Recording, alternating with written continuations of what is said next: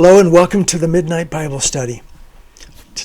In some of our previous videos, we've looked at how the Word of God is literally miraculous, and that these scriptures could not possibly have been created by people, by a human. They had to be dictated by God, and because they are literally miraculous, they're unrepeatable.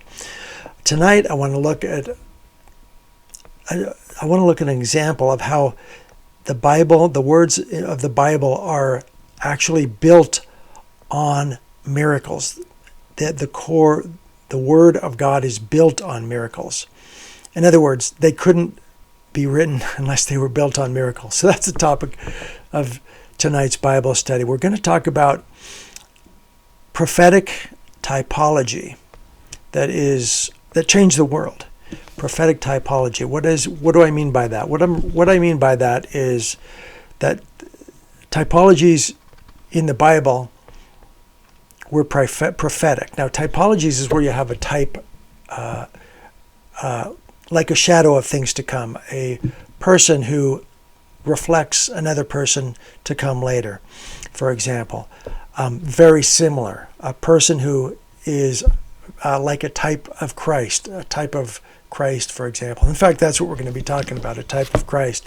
We're going to be talking about how Joseph was a type of Jesus, a type of Christ. Now, the story of Joseph takes place, I'll run through it real quickly here just to give you a quick little context. The story of Joseph takes place, and this is the miracle. The story of Joseph is like built on miracles itself, and so the typology of Jesus through this story is miracles built on miracles. This is absolutely phenomenal, and I'm going to share it with you right now. I'll try to do this keep it kind of brief, but okay. The story of Joseph, basically, he's a shepherd. He's got all these brothers, 7 or 8 of them, and they hate him because he's the favorite of their father, and so they hate him so much. They're out in a remote area. They throw him. They say, "Hey, let's throw our brother in this pit," and because of we'll just say he was killed by a wild animal, and that's what we'll tell our father. So they do it. They throw their own brother in a pit and leave him to die. But as they're leaving, they see some Egyptian slave traders going by, and they go, "Hey, look, we can get some money. Let's just sell our brother into slavery. Then we'll for sure never see him again." So that's what they do. They pull him out of the pit, and they sell their own little brother into slavery. Okay, pretty bad. Now Joseph is taken to Egypt, where he becomes a servant of the king. He's serving the Pharaoh, and he is an exceptional.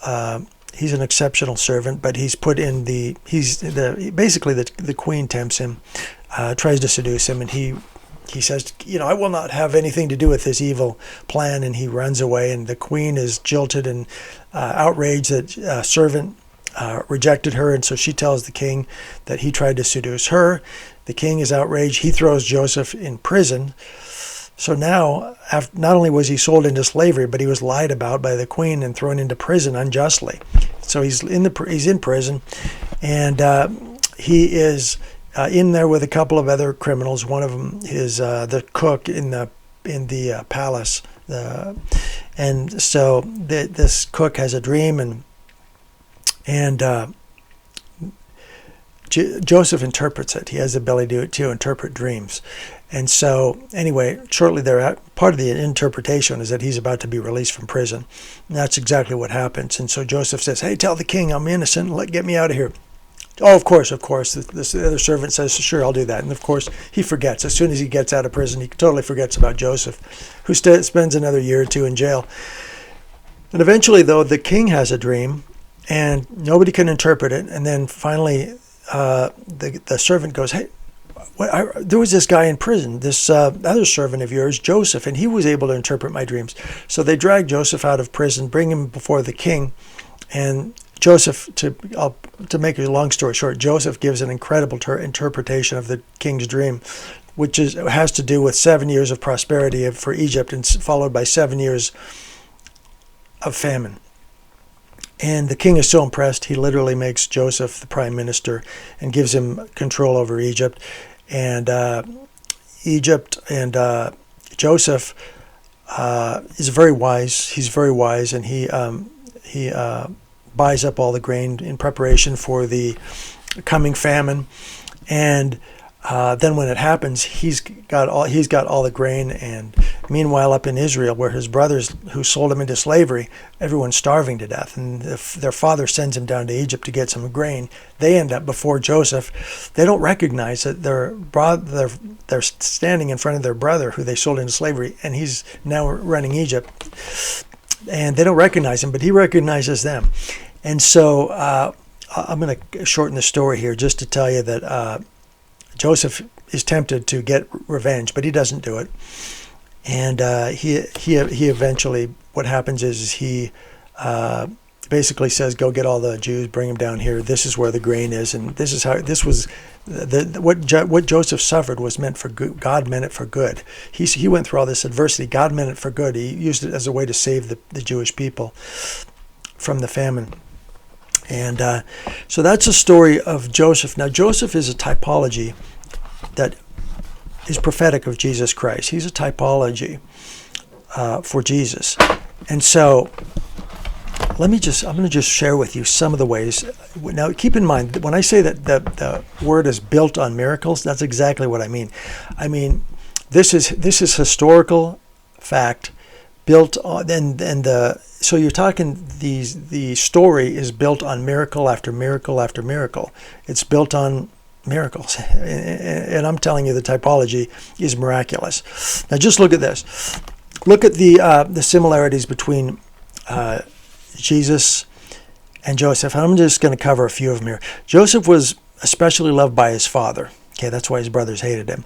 And God said of Jesus, "This is my son, whom I love." Now this happened, was it 700 years later? I believe it was 700 years later. I'd have to double check that. But anyway, long time later. So Jesus came, and they were both loved by the Father. Joseph's brothers did not accept him. They hated him.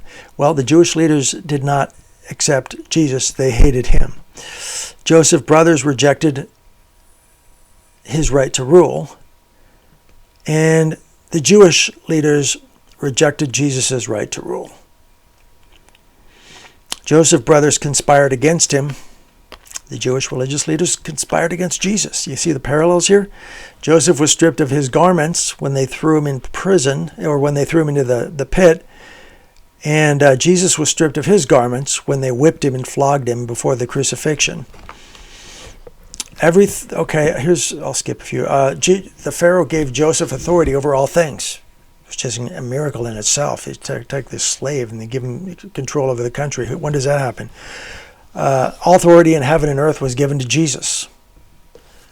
Joseph's own brothers did not recognize him, and the Jewish leaders did not recognize that Jesus was the Messiah, and they certainly ought to have. He's described in their own scriptures over and over again.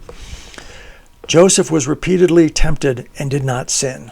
And we also saw Jesus in the desert, who was repeatedly tempted and did not sin, among other times in his life. Joseph was condemned with two criminals in the jail cell. Well, Jesus, we all know, was crucified with two criminals on Golgotha. Joseph was trustworthy and wise. Jesus finished his work with integrity. He fulfilled all the prophecies. That's a whole nother story of miracles, the prophecies that Jesus fulfilled. God sovereignly planned the suffering of Joseph in advance. What the devil meant for evil, God meant for good. It was prophetic. It was the providence of God working in Joseph's life for the good of the people. Jesus' suffering, when he died on that cross, he died. It was to save all of us who believe in him. Joseph was made ruler over all of Egypt. Jesus will one day rule the entire world.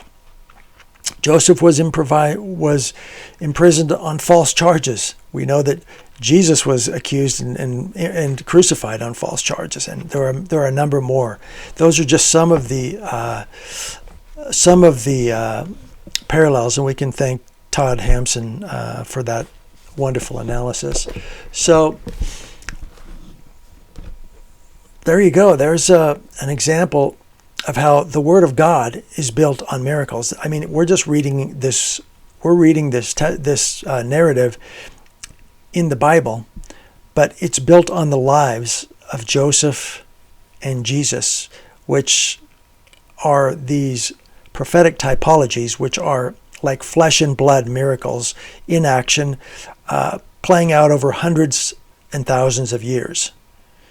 So there you go. That's an example of how the Word of God is built on miracles. God bless and good night from the Midnight Bible Study.